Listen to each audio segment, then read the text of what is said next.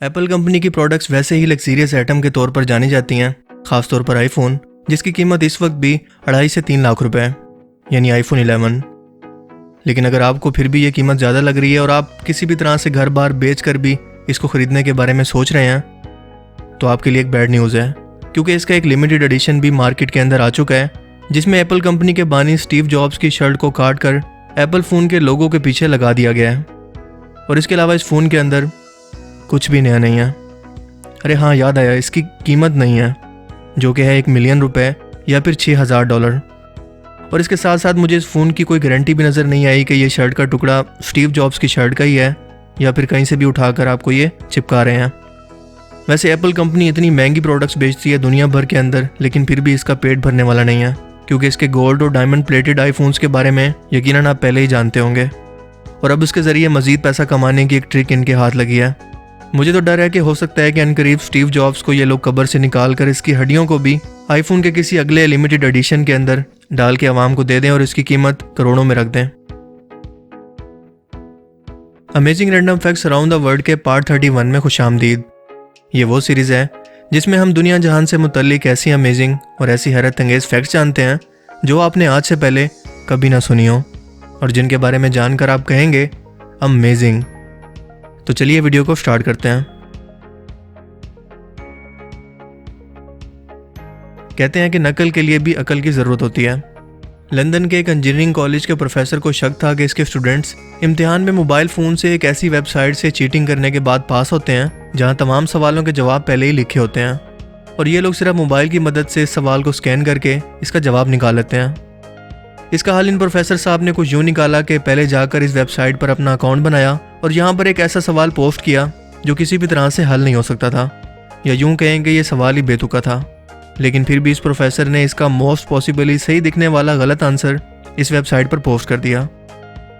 इम्तिहान शुरू हुआ तो हस्बे मामूल सब स्टूडेंट्स मोबाइल फ़ोन को छुपा कर निकाल कर बैठ गए, और कुछ को तो बार बार वॉशरूम की तलब बढ़ने लगी ताकि वहाँ जाकर मोबाइल फ़ोन से इसका आंसर तलाश कर सकें। प्रोफेसर साहब ने भी किसी को ना रोका, सो इन लोगों ने जी भर के चीटिंग की। लेकिन जब रिजल्ट आया तो 14 लोगों ने वही सोल्यूशन लिखा था जो प्रोफेसर साहब खुद वेबसाइट पर लिख कर आए थे, जिन्हें जाहिर है फेल कर दिया गया। सो इससे साबित हुआ कि टेक्नोलॉजी चाहे जितनी भी तरक्की कर ले, इंसान की फितरत को कभी नहीं बदल सकती।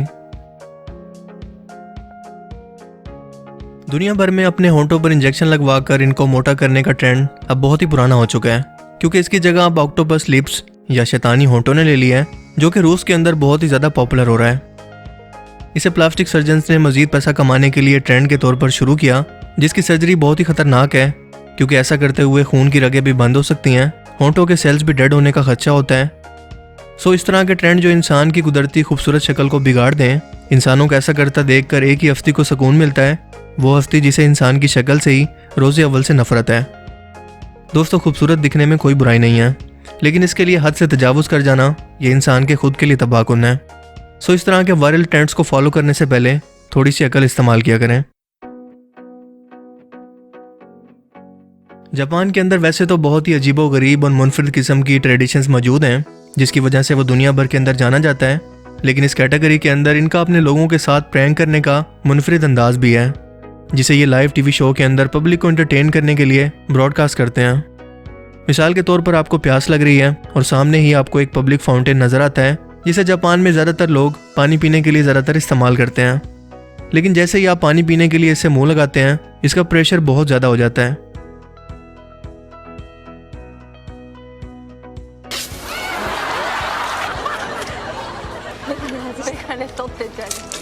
इतना ज़्यादा कि इसकी लहर 7 मीटर तक को पहुंच जाती है। तब आपका रिएक्शन क्या होगा? यकीनन यही होगा जो इन बेचारे लोगों का हुआ। या फिर एक ऐसा प्रैंक जहां पर आप बॉस के इंपॉर्टेंट पेपर्स लेकर कहीं जा रहे हों और जहां से आपने गुजरना हो वहां लकड़ी के बोर्ड पर चिपकने वाली ग्लू को लगा दिया गया हो, जहां अगर आप गिर जाएं तो आपके सर के बाल वहां चिपक कर आपको स्टैचू बना दें।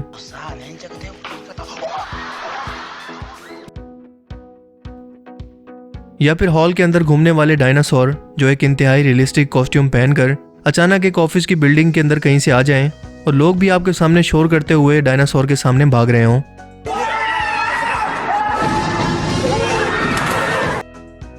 आपका तो पता नहीं, लेकिन पब्लिक को देखकर ज़रूर मज़ा आएगा। और ये यूनिक आइडिया सिर्फ जापानीज के दिमाग में ही आते हैं।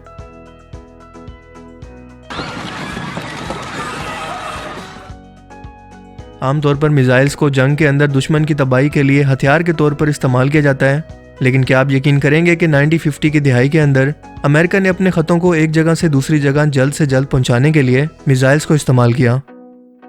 ये वो वक्त है जब अमेरिका और रूस के दरमियान स्पेस रेस शुरू हुई। जून 1959 में अमेरिकी नेवी ने साहिल से 100 मील दूर अपने लोगों को ऑर्डर देने के लिए इन पर मिसाइल दागा, जिसके अंदर ये खत शामिल थे। इन खतों पर मामूल के डाक भी लगे हुए थे और इन पर लिखा था पहली ऑफिशियल मिसाइल मेल, जिसमें सिर्फ 22 मिनट का वक्त लगा। इसके सामने के स्ट्रक्चर के अंदर न्यूक्लियर वॉरहेड के बजाय एक बड़ा सा मेल बॉक्स होता था और चूंकि ये तरीका रिलायबल नहीं था और कई बार ये मिसाइल रास्ते में ही फट चुके थे, इसीलिए ऑफिशियली तौर पर गवर्नमेंट की तरफ से इस तरीके को बैन करना पड़ा। यह है दी सेंटर ऑफ यूनिवर्स, यानी पूरी कायनात का मरकज़। नहीं, मैं स्पेस में मौजूद कायनात के मरकज़ की बात नहीं कर रहा, बल्कि अमरीकी रियासत ओक्लाहोमा में मौजूद एक टाउन है जिसका नाम है टेल्सा। ये उसमें मौजूद एक जगह का नाम है जो कि एक सर्कल की सूरत में बनाई गई है। और हैरत की बात यह है कि अगर आप इस सर्कल के दरमियान खड़े होकर कोई आवाज़ निकालें तो आप ही की आवाज़ आपको कई गुना ज़्यादा इको साउंड से वापसी सुनाई देगी। और इससे भी मज़े की बात तो यह है कि इस सर्कल से बाहर मौजूद किसी भी शख्स को कुछ भी सुनाई नहीं देगा। लेकिन ऐसा क्यों है? अब तक साइंटिस्ट के पास इसका कोई जवाब भी मौजूद नहीं है और इसीलिए इसका नाम सेंटर ऑफ यूनिवर्स रखा गया है। अगर आप भी अपना वेट लूज करना चाहते हैं तो आपके पास बहुत सारे ऑप्शन हैं। मसलन आप खाना पीना कम कर सकते हैं, एक्सरसाइज कर सकते हैं, या फिर शॉर्टकट ये है कि कनाडा के इलाके हडसन बे में चले जाएं, क्योंकि यहाँ बाकी दुनिया के मुकाबले में सबसे कम ग्रेविटी है, जो कि है 0.005% कम। साइंटिस्ट के मुताबिक इसकी पॉसिबल वजह हडसन बे की लोकेशन है, क्योंकि इसके कुछ हिस्से किनारों से बर्फ़ की शीट से ढके हुए हैं, जिसका मतलब है ज़मीन का लेस मैस और कम मैस का मतलब है कम ग्रेविटी। आइस शीट्स की इन कन्वेंशन को रीबाउंड इफेक्ट कहते हैं। सेंट्रल अफ्रीका के जंगलात के अंदर एक ऐसा खतरनाक मेंढक भी पाया जाता है जिसे वुल्वरीन फ्रॉग या फिर हॉरर फ्रॉग भी कहते हैं। इसके जिस्म पर बाल होते हैं और पंजों पर तेज नाखून, जिन्हें वो खुद अपनी हड्डियों को तोड़कर पंजों से निकालता है और दुश्मन पर हमला करता है, बिल्कुल एक्समैन मूवी के कैरेक्टर वुल्वरीन के जैसे, और इसीलिए इसको ये नाम दिया गया है। क्या आप जानते हैं कि साइंटिस्ट के मुताबिक काकरोच की एक नस्ल जो कि मेंटिस की तरह दिखती थी, आज से तकरीबन 100 मिलियन साल पहले यानी डायनासोर के ज़माने में भी मौजूद थी, जो कि साइज़ में बहुत बड़े हुआ करते थे। इसके बारे में एक और मज़े का फैक्ट ये है कि जब हमें लगता है कि हम काकरोच को देखकर इससे दूर भागते हैं या फिर बॉडी के इस हिस्से को धोने की कोशिश करते हैं जहाँ पर ये कॉकरोच टच हुआ हो, लेकिन एक्चुअल के अंदर काकरोच भी यही कर रहा होता है। यानी वो आपसे डर कर तो भागता ही है, लेकिन भागता वो आपसे अपने आप को साफ करने के लिए है। हद हो गई। गूगल के मुताबिक 90% लोग सर्च इंजन में सिर्फ स्पेलिंग चेक करने के लिए कुछ वर्ड्स टाइप करते हैं, जबकि 50% लोग अपने सिर्फ इंटरनेट कनेक्शन को चेक करने के लिए ये वेबसाइट यानी google.com को ओपन करते हैं। क्या आप भी उन लोगों में से हैं? स्काई डाइविंग के बारे में तो यकीनन हम सभी लोग जानते हैं, लेकिन बंजाई स्काई डाइविंग एक ऐसी एक्सट्रीम स्पोर्ट्स है जिसमें स्काई डाइवर सबसे पहले अपना पैराशूट उतारकर आसमान से ज़मीन की तरफ फेंकता है और फिर कुछ सेकंड बाद खुद इसके पीछे छलांग लगा देता है।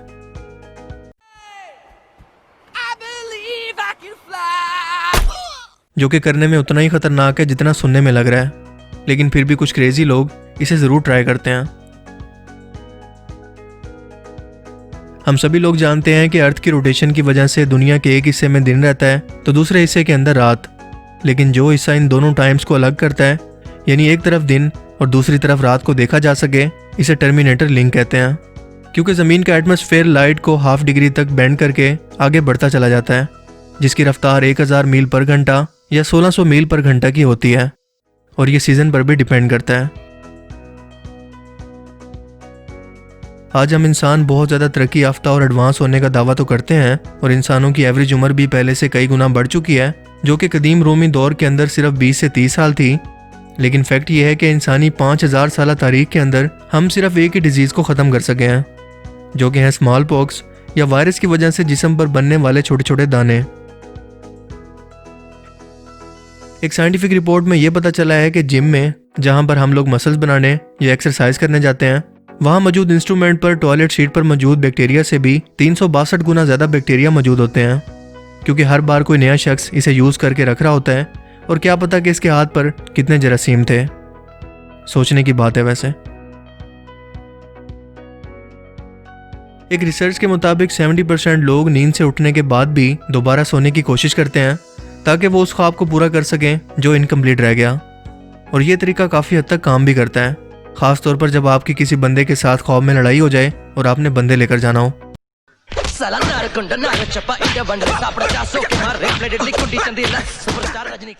क्या ऐसा कभी आपके साथ भी हुआ है? मुझे कमेंट सेक्शन में ज़रूर बताइएगा। क्या आप जानते हैं कि हमारे सोलर सिस्टम के सबसे बड़े सियारे जुपिटर और सैटर्न पर डायमंड की बारिश होती है।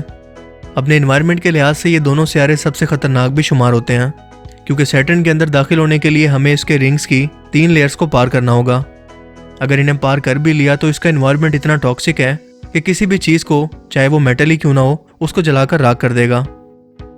इसके अलावा आपको बताता चलूँ कि सैटर्न की कोई ठोस सरफेस भी नहीं है, बल्कि ये गैस जाइंट है और इतना बड़ा है कि इसके अंदर 764 ज़मीनें समा सकती हैं। लेकिन साइज़ में इतना बड़ा होने के बावजूद ये इतना हल्का है कि अगर इसे किसी बड़े समंदर के ऊपर रख दिया जाए तो ये उस पर तैरने लगेगा। जबकि जुपिटर पर हमारे सोलर सिस्टम का सबसे बड़ा तूफान हर वक्त एक्टिव रहता है, जिसे हम इसकी सरफेस पर एक आंख की सूरत में वाज़े तौर पर देख सकते हैं। ये प्लेनेट साइज में इतना बड़ा है कि इसके अंदर 1300 ज़मीनें फिट हो सकती हैं। इसके जिस एरिया के अंदर ये तूफान है, सिर्फ ये तूफान ही हमारी ज़मीन से साइज में 3 गुना बड़ा है, जहाँ पर 270 मील पर घंटा की रफ्तार से तेज़ हवाएं चल रही हैं। तो आज के amazing random facts around the world की सीरीज़ में सिर्फ इतना ही। आपको इनमें से सबसे अमेजिंग फैक्ट्स कौन सी लगी? अपनी कीमती राय का इजहार कमेंट सेक्शन में ज़रूर कीजिएगा। और अगर आपको ये वीडियो अच्छा लगा तो इसे लाइक कीजिए और मज़ीद इस तरह के इन्फॉर्मेटिव वीडियोस के लिए इस चैनल को ज़रूर सब्सक्राइब करें। अब मैं मिलूंगा आपसे एक नई इंटरेस्टिंग वीडियो में। तब तक के लिए अपना बहुत सा ख्याल रखिएगा। Thanks for watching this video. अल्लाह हाफिज़।